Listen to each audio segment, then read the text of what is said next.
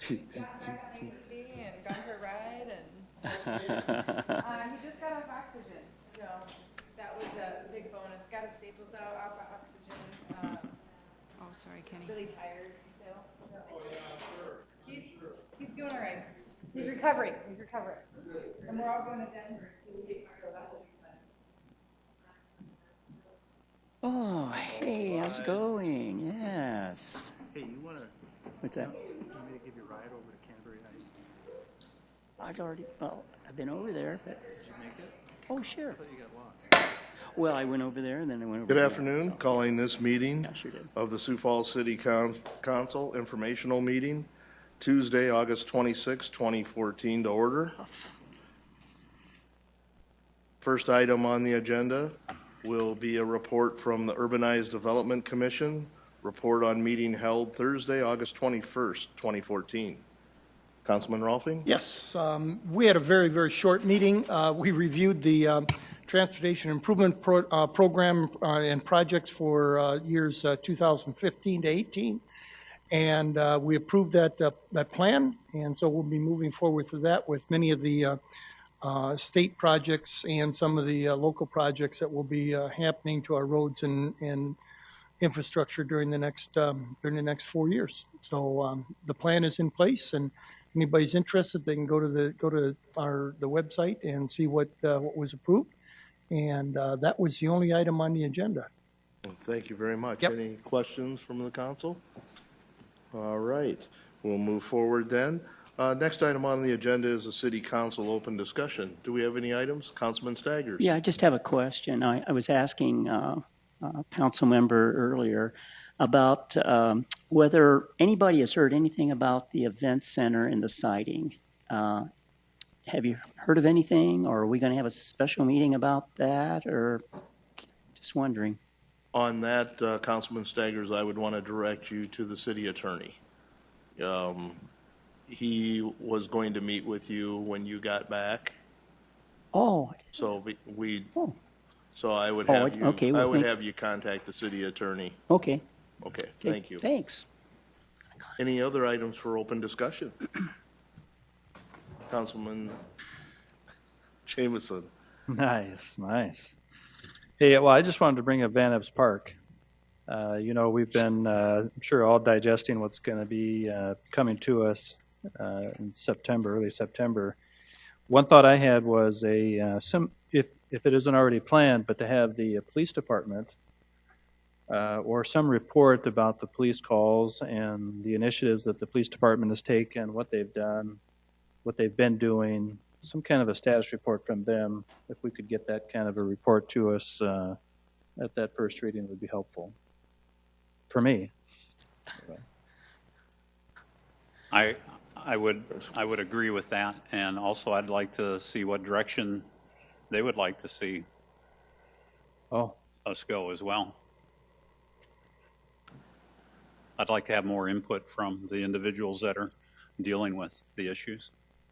The police department themselves, Yes. I would Yes. agree with that. And as well, if I could, the Parks Board met and reviewed it, and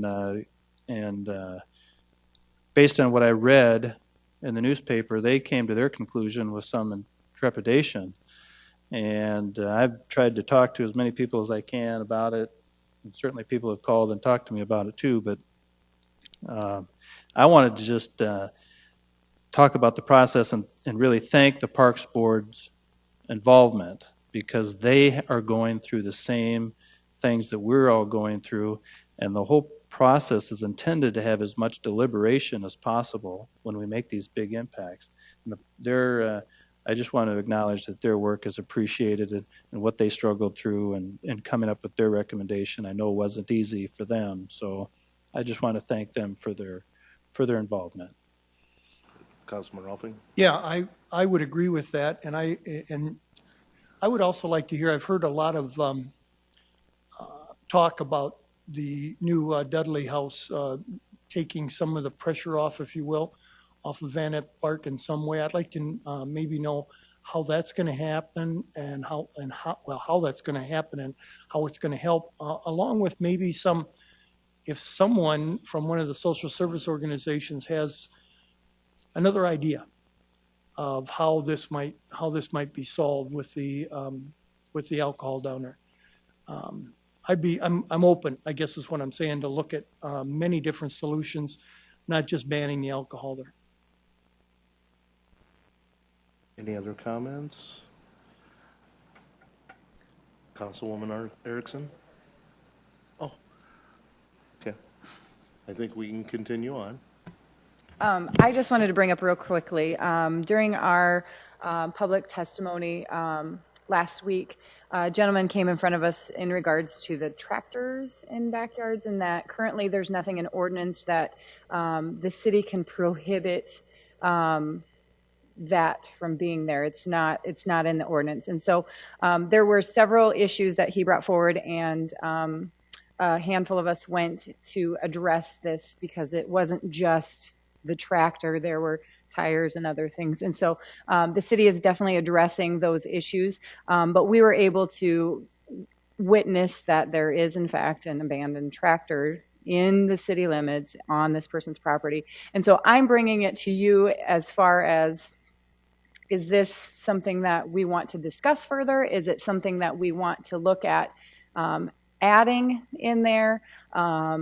Is this something that we as a council want to address? And just get your input, because I haven't received any other complaints, but just because we haven't received a complaint doesn't mean it potentially isn't an issue that we need to address as a council, and it's just maybe something that needs to be included in there, or is it not? So I guess I pose that question to see if anybody would like to have that brought forward and just have a quick discussion, I guess, because, I mean, it can be brought forward by any of us at any time, but I just thought I would grasp.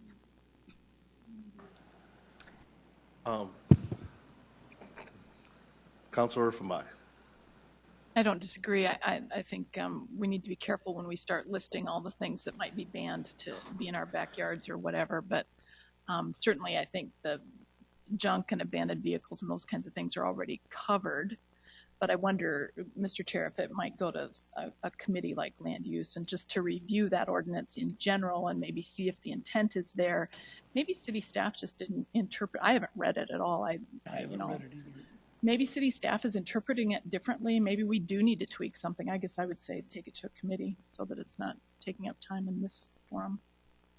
And actually, if I can, during that time period when the person was bringing up the issue, I sent a message to Kevin Smith, our code enforcement director, and had him review the film. And I think he has some ideals and some comments on this issue. So I feel that could be something that could be very instrumental in taking a look at that ordinance. So, You want land use to Councilman handle Rolfin, it? you're in charge Yep. of land use. Would that be something you'd prefer to take? That'll be fine. Okay. And I would be happy to invite this gentleman just to tell you maybe what he has and the issues that could potentially be there, just so he's here if anybody has questions for him. We did ask questions as far as if there's ever been any specific complaints to the tractors, and there hasn't been. There was one, and so they said, hey, you know, what do you think? And the person just voluntarily moved the tractor because it probably shouldn't have been there anyways. But there hasn't been any formal complaints, so with the abandonment of it. But thank you for taking it to land use, and I'll be sure to be in contact with this citizen. Councilman Kiley. Just for a point of clarification, I'm assuming we're talking about an agricultural tractor, not a semi-tractor? Right. This is what was there was a small front end loader. It was not a large lawnmower or a semi truck or any of that. It was clearly something that is not covered in ordinance. But again, be careful when you specifically line things out what it can do. And so. And it wasn't a derelict vehicle. It was something that was operational. No. It was abandoned. Yes. It was abandoned. It was abandoned. Yes. Okay, seems to me like that would be covered under other aspects of the current ordinance, but I think if we could get clarification on that, just to ensure that it is. And what was brought up with code enforcement is the potential if there's mice and this and that and whatever, then it can fall under a different area if it's a place that's harboring animals. But I don't think they know if it's doing that or not, so Well, anyways. it could become an environmental issue eventually as well, too, if it's leaking oil and fuel and things of that nature. But again, I think that's probably covered somewhere under current ordinance. And I do know Kevin Smith is aware of this, so I'm sure when we bring this up on land use agenda that we will get the information we're looking for. I'll just automatically put it on and we'll get him there, Okay, thank you. or someone from his office. Any other comments? Councilman Jameson. Two items real quick. The several of the council members and myself, Councilor Kiley and Councilor Erickson have met regarding the 2014 citizen survey questions. We tried to narrow those down. We've got a list down. Jim is going to put a list together for all of you to see them, but we've kind of moved it on, deliberating some thoughts and questions, so we finally kind of get it wrapped up. But it's a little hectic with the budget stuff, but I appreciate the help of the other counselors, and so that's coming forward. Look for that. Jim's help was great too, and then one other item. We talked a lot one time about the counties and the city council getting together all for one meeting. We've got a meeting set for September 11th for the chairs of the city council. Minnehaha County and Lincoln County are going to meet with Len Keller Forbes and the CCOG organization to start that pre-planning discussion, and starts with a survey that was sent to them and the chairs to talk about duplicated services and other things, start the conversation so that when that big meeting does occur, there'll be an agenda to get some things done. So it's starting with the chairs, it's moving along. I think it'll be a good thing. So, Thank you. Councilman Rolfe. Question, Greg. Councilman, that's both counties, not just one, both right, counties? Lincoln and Just wanted Minnehaha to make sure. and city council, right? Yep, good. Any other items that we'd like to bring up for open discussion at this time?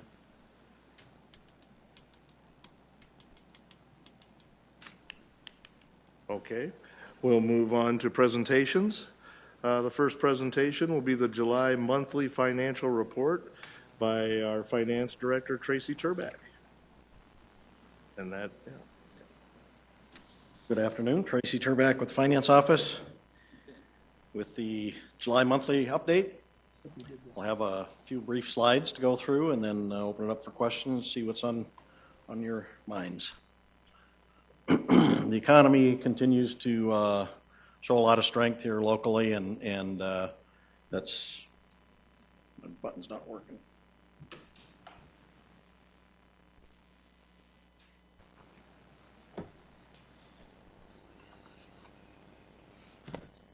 Unemployment is obviously one of the indicators we watch, and when the monthly report for July was put together here last week,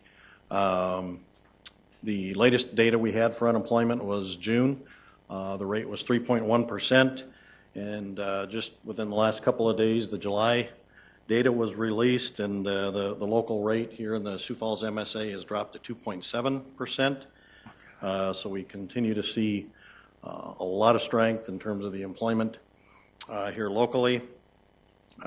From a year ago, we've added about 3,100 jobs here in the local MSA, so that's almost a 2.5% increase in that 12-month period of time in the number of people working. So that's certainly a very strong indicator for our local economy for a number of employers, certainly including the city. It does provide some ramifications as well in terms of filling positions and finding qualified people. So it's not all a positive factor, but in relation to the economy and the growth that we would hope to see, that's certainly one factor. Construction activity continues very strong. You've seen the numbers, 2014 through July, over $334 million of construction has been permitted. That's not at the rate of last year. We're running at just under 90% of last year, which was to this point has been the record year, the high water mark. But we are still well ahead of the prior year, 2012, more than 30% ahead. So we continue to see a lot of construction activity being permitted here locally. Looking at sales taxes, last month the 12-month rolling growth rate was at 6.2%. This month we're reporting 6.3%.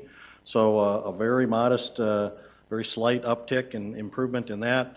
I'm certainly happy to see that. It is at the same exact growth rate we were a year ago when we reported to you in July, 6.3%. So from that perspective, it certainly shows a lot of stability in the growth that we're seeing here in our retail sales. Entertainment tax revenues.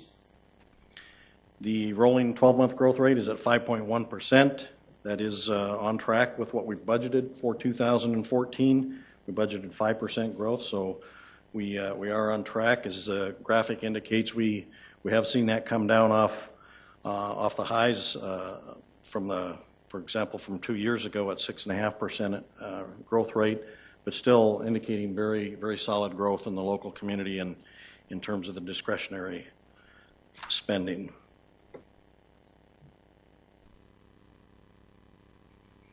Looking at the general fund revenues and expenses, year to date through July 2014, our revenues are up $2.4 million, or 3.4%. We're at 54% of budgeted revenues. Last year at this time we're at 56% of budgeted revenue. So we continue to run very well. We're seeing revenues increase. I think we're running a little bit behind last year in terms of where we are with our budget, really having to do with the license and permit revenues. We saw had a lot of liquor licenses for sale last year and did sell quite a number of them, as well as the building permit revenues were running very hot last year. So that would be my explanation as to why we're running at 54% of budget this year and 56% last year. Still very, very good place to be in terms of hitting our budget targets by the end of the year. On the expenditure side, expenditures in the general fund through the first 7 months are down about $400,000 from last year. That relates entirely to the ice storm that we had last spring. Thanks, Jim. And so that's about 0.5% down. We're at 56% of our expenditure budget in the general fund. That's exactly where we were a year ago relative to our final 2013 budget. So in effect, that takes out the effect of the ice storm when we're making that comparison. So 56% is exactly where we would expect to be through July. And with that, I'll open it up for any questions you folks might have today. Yeah, Tracy, 2.7% is incredible unemployment rate. But do we happen to have any figures on household income in Sioux Falls? I don't have any, but I'm sure those numbers are available through the state, either the state website or national website for labor statistics. Okay.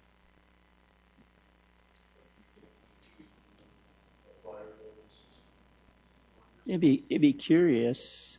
It would be curious. I mean, once again, I'm so happy that 2.7% unemployment's great. But then there's also this other component of household income. And, sure, that's a key. I mean, a key thing. Obviously, the household income data, to my understanding, doesn't come out on as regular a basis as the unemployment figures do. We get that information updated every month for our local MSA. That's not the case with the household income. So what we might find available would be a little bit dated, would not necessarily be up to date like the unemployment information is. I was struck as well by the 2.7% unemployment rate that came out just recently, and it got me wondering if just how low can it go, how low has it been, and did a little bit of research and found on the state's website they've got those monthly figures for the Sioux Falls MSA going back almost 25 years, back to January of 1990. And I was amazed that there were actually a couple months during that 25-year time period where it got as low as 1.4% here locally. But there was actually over half of the time, more than half of the time during that 25-year period of time, it was 2.7 or less. So 2.7% unemployment is not unusual here in Sioux Falls. Over the last 25 years, or the last completed 24 calendar years, 15 of those years we've averaged 2.7% or less. It blew me away when I saw that historical data. So I don't know, make of it what you will, I guess. It really, I think, underscores the strength of our local economy and the ability of our local economy to really absorb a lot of new jobs. We, in that 25-year period, there were over 52,000 new jobs created. That's an increase of 63%. It really shows, even with low unemployment, the number of people moving into the community in the surrounding area and the jobs that are being created are really being absorbed at a very efficient and effective rate. Councilwoman Erickson. Based on your question, I did a quick Google, and the median household income in Sioux Falls is $50,727, and South Dakota is $41,931. The national average is $52,328, and the median household income in Sioux Falls is 21% greater than the South Dakota average and 3.1% less than the national average. There's tons more stats here. If you'd like, I'd pass my iPad down to you. Oh, well, sure. Thank you very much. If you're ever interested in your spare time, you can come up to the finance office and help us do some research.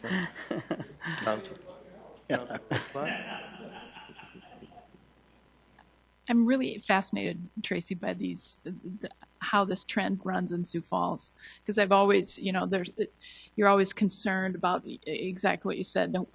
How low is too low, and at what point do we get to where people can't find jobs, or there aren't enough people to fill jobs and whatever. So I'm cheered by that sort of run with it. But my question is, you said we've added 3,100 jobs in the last 12 months. Is that the number of jobs that have been created, or the number of people that have found jobs? And would that be different? Now I wonder. That is the number of people employed.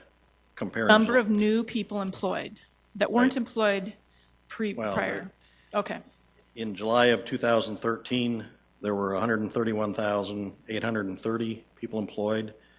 Last month, there were 134,925. So it's just the difference, a snapshot from last month to a year prior. It's just amazing. It is. I mean, it's really amazing. You hear the downsides that, well, maybe people just aren't looking for jobs anymore, so that affects but no, that isn't. This is a trend for us. Incredible. Yeah, cool. Thanks. Appreciate the information. Councilman Rolfing. I have two things. Along that line, have you talked to Slater Bard all about this situation and they know that this is where we are, and so that when we're looking at attracting new businesses to Sioux Falls, that they know that this isn't something that's way out in left field for us. This is the average, and when we bring them in, we find the people for them. That would seem to me to be something that he would want to have in his. It's certainly key information to have for anyone that's in the economic development field and dealing with potential employers, whether they're local people looking to expand or relocate here potentially. Slater and his team get a lot of in-depth information. I know they get help from the State Department of Labor in analyzing the data, because it's not just the people that are unemployed, but it's also people that are underemployed that they key in on.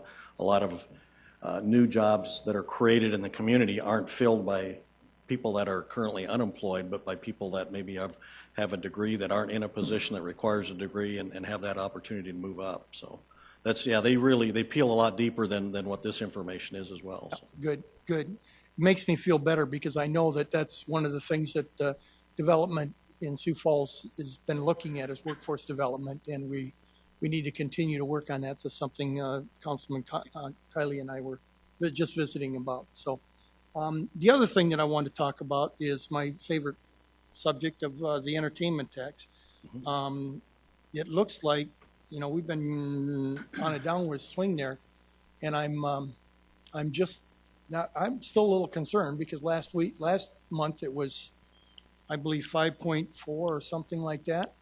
And now we're down to a growth rate of 5.1. And I understand we look at 5 and we'll probably make that. But it just seems to me that's the discretionary income area of our economy. And that with things going as good as they are, that there should be more of that. Do we have enough? Well, do you have anything behind that you can tell me or tell us? Any reasons? If Well, I could just add before you continue, what I pointed out to Councilor Rolfing is actually last year, July, we saw a slight uptick. But this year, we're still continuing a downward trend. And is that because we had an event in the city or events in the city last year that we didn't have this year? Well, I think you point out, understand with entertainment tax, the pie is a lot smaller. So one event potentially can move the needle. And if there was a big event 1 month, 1 year, then the next year, if you don't have that event, it takes that many more dollars spent for the bed, board, and booze sector of the local economy to really get an increase over that. So keep in mind that even though this line is going down, that is a growth rate. So if we were to chart the dollars coming in over that 12-month period of time, you would see a steady increase from month to month.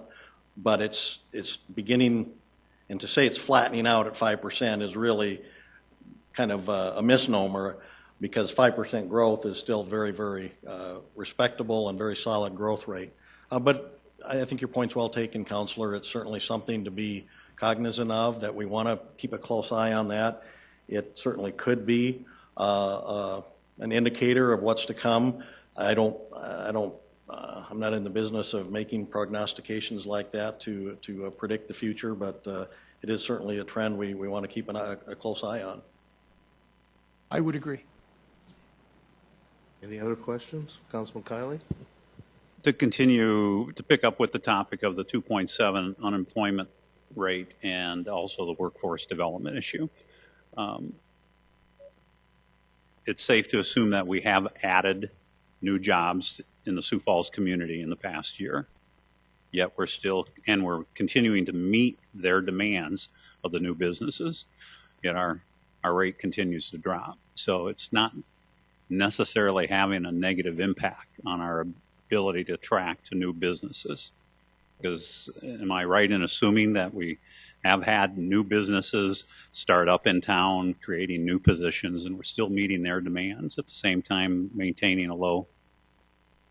I think that's a fair assessment, and that was kind of the point of some of the more historical perspective that I provided, that Right. we've seen 2.7% unemployment and many times lower than that, but yet over a long period of time, the local economy has created those jobs, and the people do. The population numbers speak for themselves. The people have come to Sioux Falls in this area to fill those jobs, and I think, to go back to Councilor Rolfing's point, that as an employer, that ought to provide a lot of reassurance, and that historically we've been able to provide the people for the jobs as employers need them, and those things can go up and down on a short-term basis, but historically over 25 years is quite a long stretch of time that the local economy has really kept up with meeting the needs on both sides, to creating the jobs for the people that are coming and bringing people here for the jobs that are being created. And I would agree that the population growth is a key factor there. Because we're adding the equivalent of a Canton, South Dakota to Sioux Falls, South Dakota, almost on a yearly basis. Thank you. Any other questions? Okay, thank you, Tracy. With that, move to adjourn the meeting. Meeting adjourned.